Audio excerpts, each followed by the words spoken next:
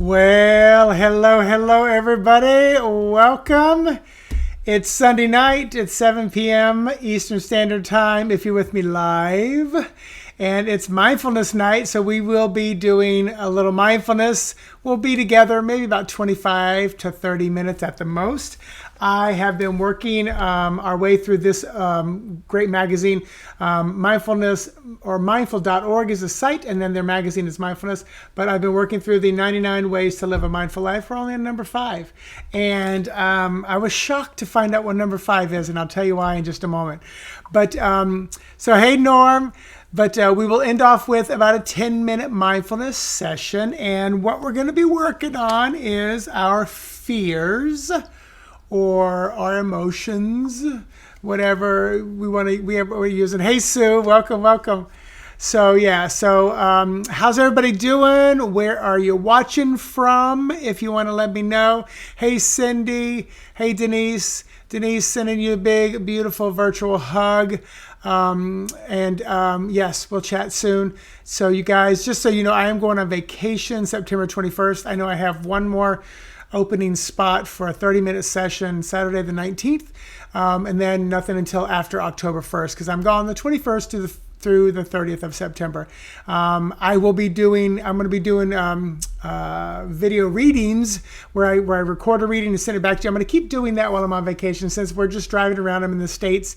It won't be as glammy and glittery as normal, because I'll just be doing it from my phone.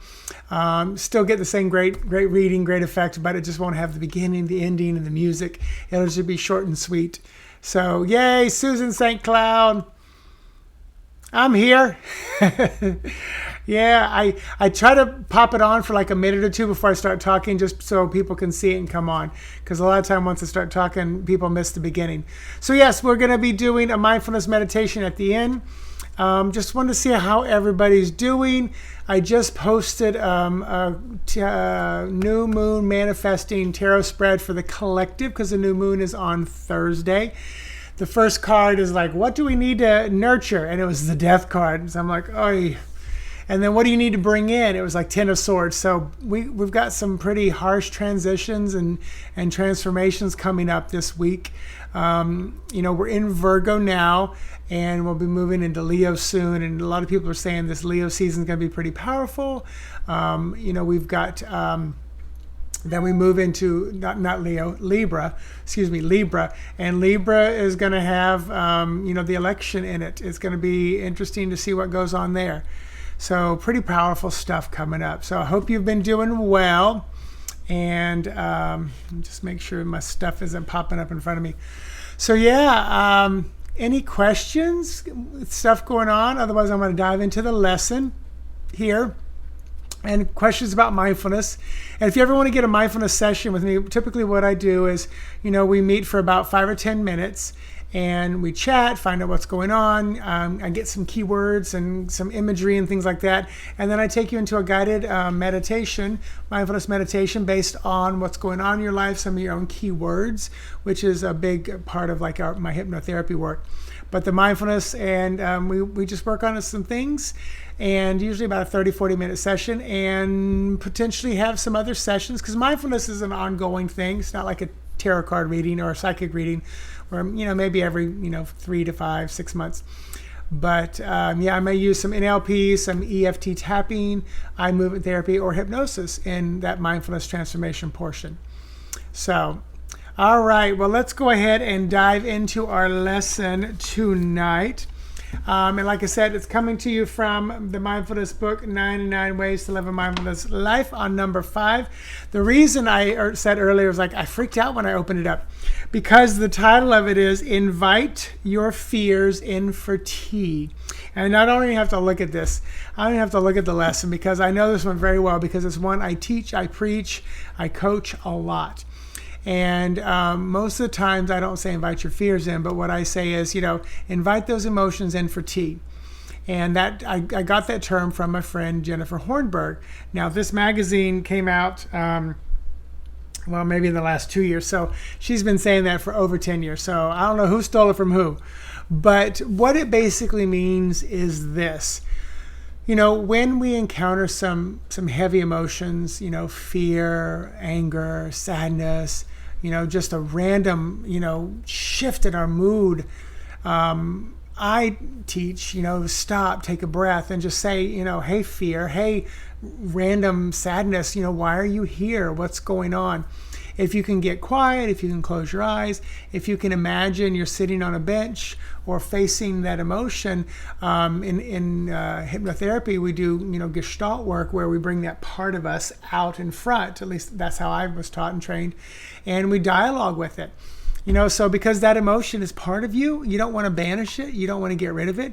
You don't want to say, no, I don't honor you. It's a part of you. Just like if you stub your little toe, you're not going to cut it off so you don't stub it again. You're going to bandage it up. You're going to kiss it, make it better. You're going to maybe find a better way to not stub it, move the object that got in the way, put shoes on to protect you. But hey, Lisa, so you're not just going to get rid of it or banish it. And you may have heard the old terminology of, if you take your emotions, it's like a ball of air or, like a beach ball, and you push it underwater. You could hold it underwater for quite a long time, but eventually you're going to get tired. And eventually it's going to pop up and splash you in your face and probably hit you or hurt you. And that's what our emotions do. They pop up eventually. They will not be silent because they are part of you and they are there to get you to listen. So when those emotions come up, invite them in for tea, have a conversation, integrate them back into your body, because a lot of times, and this is what we're going to do in a few moments, a lot of times those emotions are there to try to get you to see something and understand something. They're communicating from your subconscious or from that deep shadow that you need to work on. And and I want you to start thinking of some maybe random emotions that you've felt recently, because I want to write a few of them down from your words. If you're with me live Sunday night, 7:08 p.m. Eastern Standard Time. If you're not, then I can't write them down because I'm not there with you anymore. You're watching this in the archive. And another thing that I encourage people to do is, when a random emotion just pops up and it feels a little overwhelming, you're like, where did that come from? Here's a beautiful practice, and I do practice this often. I literally say this, all right, and I usually cuss, so I'm going to cuss. I usually say, oh, all right, if this shit is mine, what I'm feeling is my shit, then let me deal with it. But if it's not my stuff, if I'm picking it up, if I'm that empath soaking it up, then I thank you for flowing by. I release you back into the world, back into the recycle, transmuting bin, or back to whoever it was, because I'm not going to take it. If it's mine, I'll deal with it. I don't mind facing it. I'll pick up my own trash. But if it's not my trash laying on the side of the road, someone needs to come over and pick up their trash. That may not be a good metaphor, because I would pick up trash, and I do pick up trash. But when it comes to emotions, I'm not picking up that trash. And a lot of psychic and mediums and empathic people pick up a lot of other people's stuff. Some of the places that I feel that heavy is like antique stores and things like that. I can go in, I'm cool there a while, but after a while I'm like, hey Fabian, I'm gonna go out to the car and wait for you out there. And sometimes I can put up my force fields, but a lot of times I'm like, it just catches me off guard. I'm like, you know what, I'd rather walk away than not deal with it, because I'm picking up on the emotions of the stuff that's in there that's left over, the imprints. So yay, Lisa, I'm glad you're enjoying it. But it's a powerful little practice, inviting your emotions in for tea, and that's what we're going to do in the mindfulness session. But then also just literally saying, all right, Spirit, if this is my stuff I'm feeling, show me how to deal with it. I'll deal with it. I realize it's mine. But if it's not mine, I release you back. And you can think of like taking a shower and just washing all the junk and gunk off and letting it go down the drain. And that is going to be recycled back in. It's going to be processed and recycled. Because I love the idea of, in science, that energy can neither be destroyed or created, only transmuted and transformed. Yes, learning to shield and ground them too. Beautiful. And chakra balance is a great way to do that as well. Connecting what I do, and I'll just run through this quick because I've done a mindfulness on this before. I imagine brown roots growing out of my feet, brown, giving it the color of roots going down into the earth. And I draw that brown energy up like a volcano, boom, flowing down over me. And then I pull the white light of spirit down inside me. And as it comes down, I run it up and down, maybe zigzag around the chakras. And, I may pull in the red for the base, the orange, the yellow, the green for the heart, boom, boom, boom, boom, boom. And I run that white light through me, with the intention of cleansing, cleaning, clearing, and charging each chakra individually, allowing the flow through the meridians to be uninhibited. And then I even will send out some of that white light to all the minor chakras in your hands and your fingertips and your wrists, your elbows, because there's like something like 140 chakras throughout your body. We just talk about the 7 major ones, but pretty much everywhere there's like a joint and a digit or something like that, there's chakras. So I'll just do that real quick. And the more you do it, it's really about setting the intention. Some people love the liturgy and ritual of it, and that's beautiful because that will help solidify it. But just like me in mindfulness, now I can do this. And immediately my body is relaxed because I've practiced it. And I'm a water sign, so I want to make find the shortest distance between 2 points, the least amount of work, to get the job done. So I practice on, short, sweet stuff. So, all right. So tell me if you have shoot out a couple emotions that you might be feeling. You can say fear, you can say, pissed offness, you can say, anger, something that, you kind of want to shy away from, you don't want to deal with. Give me those because I'm going to write them down and then I'm going to use them in our little mindfulness session. I'm going to start in about 3 minutes. And if you don't want to write them down, you can just think them yourself when we go through it. So you don't have to be open here. But yeah, we'll dive in. I'm just going to give about 2 or 3 minutes and then we'll get started with this mindfulness.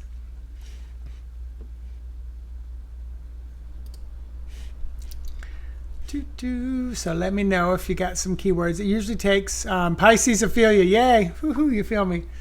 Okay, frustration. Beautiful. Anxiety.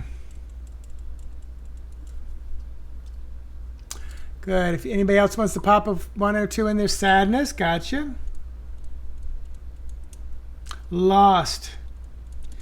And one of the things that I talk a lot about and coach a lot about is, these feelings are there for a reason. They've got a message for you. And usually, if they're yours, and we'll do that. We'll do that little, if it's mine,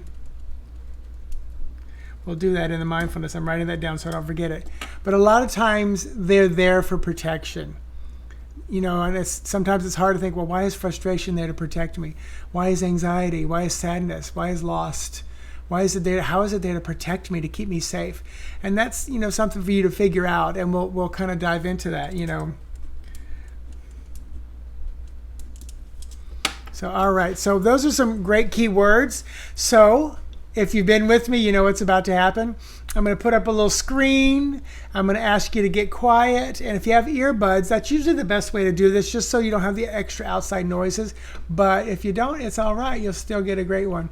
So there's the blank screen. That way you don't feel like I'm staring at you through the computer. So find yourself in the most comfortable place you can. And start to just bring some awareness to your breath. And as you start to think about, as you start to focus on your breath, just start to give your body permission to relax. You can even say, body, I give you permission to relax. You deserve it today. Whether I believe it or not, I know you deserve to relax. And if your eyes have not already closed down, whenever you're ready, just allow them to. Perhaps you drop your chin to your chest just a little bit. Feel the length of your neck and spine from the shoulders up to the base of the skull. And just bring your awareness to the breath coming in, coming out. Perhaps you place one or both hands right on your belly, above the belly button, below the sternum, so you can feel that rise and fall of that abdominal area. And just following the breath in and breath out, this is mindfulness at its most simple and basic level. Being in the present moment, following the breath. And you've probably heard this before, and it is truth.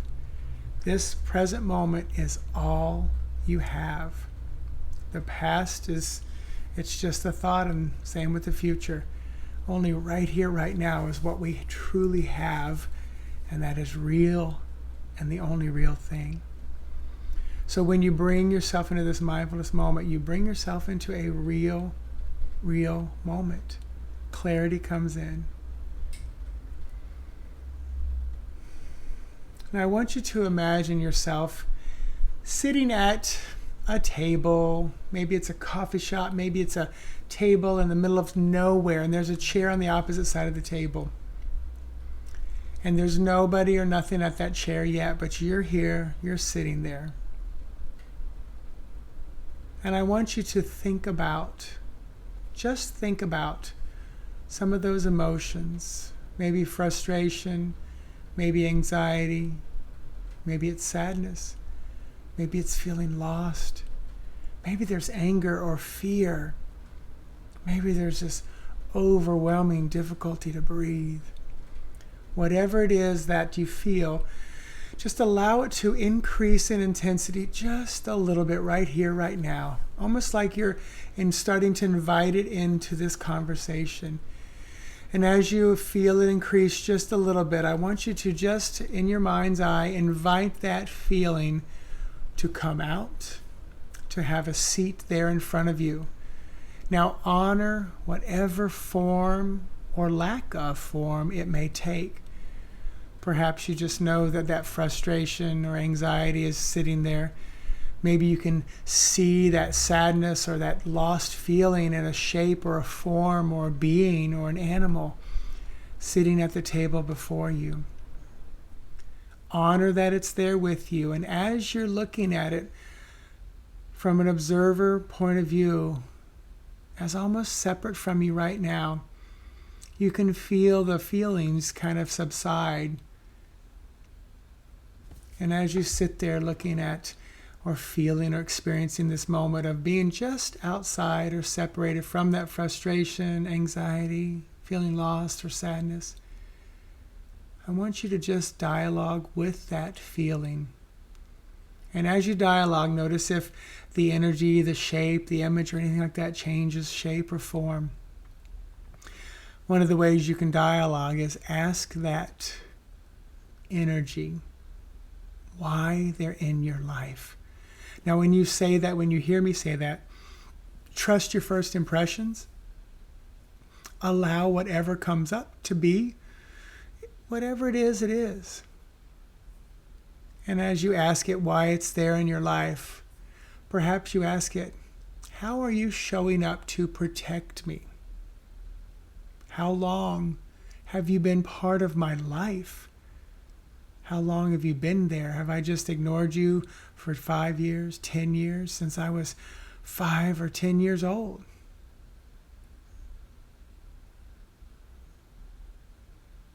Ask that feeling what they represent, what their job or mission is in your life.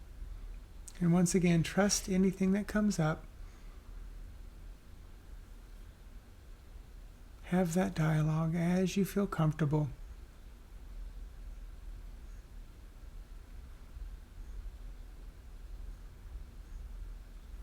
Ask how they're showing up in your current life. Ask if there's any people in your life that these emotions or feelings are connected to. Perhaps they're protecting. Perhaps they're a deflection, a distraction. Allow this energy, allow this emotion, whatever shape, form it's taking. And notice if it shifts or changes just simply by you talking to it, acknowledging it, confronting it, just sipping tea with it. And now I want you to just ask a very important question. Is there some way that you or that energy can take on a different role or a different job to better serve you for where you are right here, right now? And perhaps a different word comes up. Perhaps rather than frustration, you're feeling an intuitive ability coming up as a warning sign. Rather than anxiety, you see creativity beyond belief. And rather than sadness, you see motivation. And rather than feeling lost, you see clarity coming to you. Just ask that energy, that being, whatever it may be, however it's showing itself, if you can give it a new role or a new job, because we're not going to banish it. We're not going to cut it out, get rid of it, discard it, because it's a part of you.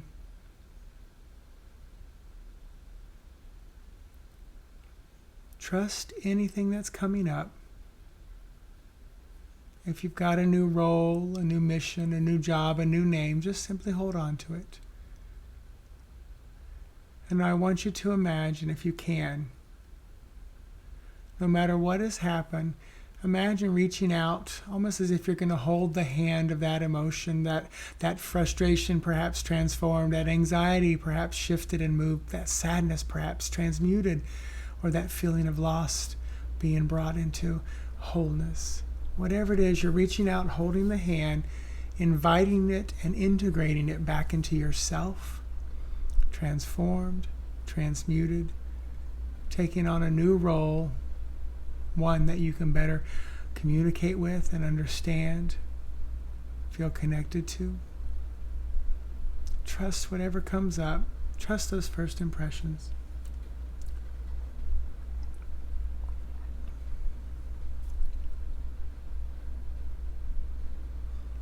Now, hopefully you've been able to integrate that feeling, that energy as it's been transformed and transmuted back into yourself. And I want you to start to take some fuller, deeper breaths in. And as you inhale, just imagine you're bringing in this beautiful, peaceful, calm feeling. Perhaps you're bringing in the new name, the new energy of this being, this emotion. And as you exhale, releasing any negativity, releasing the old name, releasing the old feelings, the old emotion that you've already transformed. So inhale the beautiful positive, exhale, release any of the negative. Bringing in peace, releasing any of that frustration, anxiety, sadness, or feeling lost. And as you start to take those fuller, deeper breaths in, I want you to just set the intention that as you move forward in your life, when you start to feel some of these emotions come up, the first thing you're going to think of is this my stuff to deal with? And if it is, ask to be shown how to deal with it or work through it or change it. And if it's not your stuff, quickly, confidently release it back to be recycled and reused. That energy that was not yours to begin with, that somehow you absorbed or took a little ownership of for a brief moment. And as you release it, you'll feel alive and lifted, knowing that you are working on your own stuff every day. So now start to take some of those fuller, deeper breaths in. And the next time you exhale, just wiggle your toes and fingers just a little bit. Now the next time you exhale, maybe point your ankles, flex your ankles. Next time you exhale, maybe rotate your wrists a little bit. Now the next time you inhale, lift your shoulders up, and as you exhale, set them down and back, sitting up a little taller. And next time you exhale, whenever you're ready, just allow your eyes to gently open, coming back fully present and aware, having transmuted, transformed those emotions, those feelings that we invited in for tea, having released the stuff that isn't yours to deal with, and stepping up to the plate to deal with what is yours. Let me know if you're back. Let me know how that was for you. Let me know if the energy showed up in any unusual shape or form or anything. So hope you did all right. I know you're still out there. So let me know. Beautiful, beautiful practice. Literally one that I do practice often, almost daily, people. So let me know you're back. Let me know how that went for you.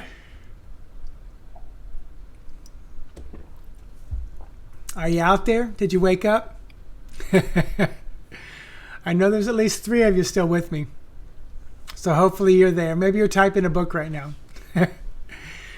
So we got about 2 or 3 minutes before we end. Thank you, Norm. You're welcome. Very helpful. Good. You're welcome. You're welcome. So who else made it to the end with me? You don't have to say anything. You never feel pressured. So I hope that did work well for you. I hope you were able to transmute that energy. I hope you were able to integrate it. Yay, Linda, you're welcome. Glad it was helpful. And you guys feel free to share this anywhere, anytime. So Lisa, that was beautiful. You said the new emotion is love and compassion. Wonderful.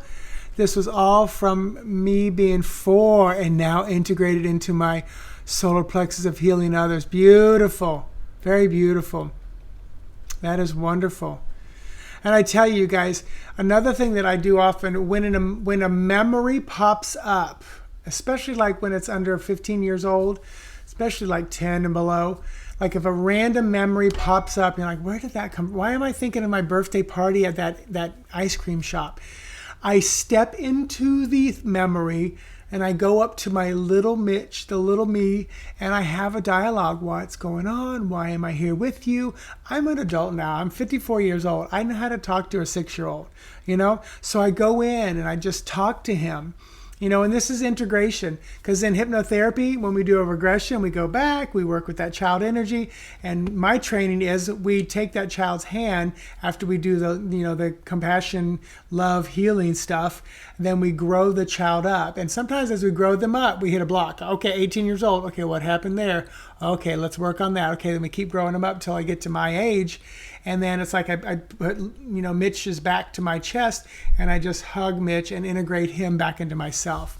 So it's a really beautiful practice. And this is kind of a mini version of that. So, all right, you guys. Well, thank you so much for hanging with me on Sunday night. I will not be back until October. So let's see, the 20th, I'm not here, 27th, so the 4th. So that will be animal communication. So the next 2 Sunday nights, I'm out of here, but I'm not leaving until the 21st, but I know I'll be packing that Sunday night.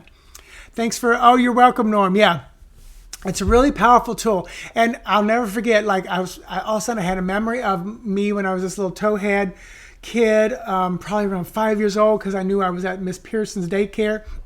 And he was on a monkey bars, and I was like, all of a sudden I'm on the sidewalk, and I stepped up to the chain link fence, and I just waved at this little me, and he waves at me like I shouldn't talk to strangers, and I said, I'm you, older, and he literally goes, you're old.